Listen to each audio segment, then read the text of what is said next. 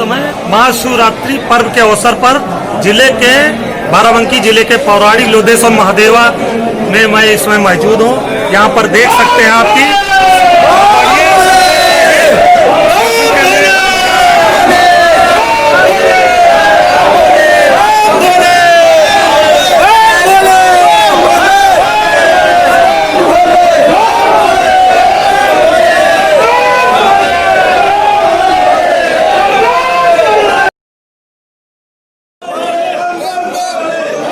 हमारे संवाददाता रामनगर लोधेश्वर महादेवा की लाइव तस्वीरें दिखाने की कोशिश कर रहे हैं। आप देख रहे हैं किस तरह जो है कई हजारों की संख्या में लोग इकट्ठा होकर जलाभिषेक कर रहे हैं। आप देख रहे हैं लाइन टूटने का नाम नहीं ले रही है।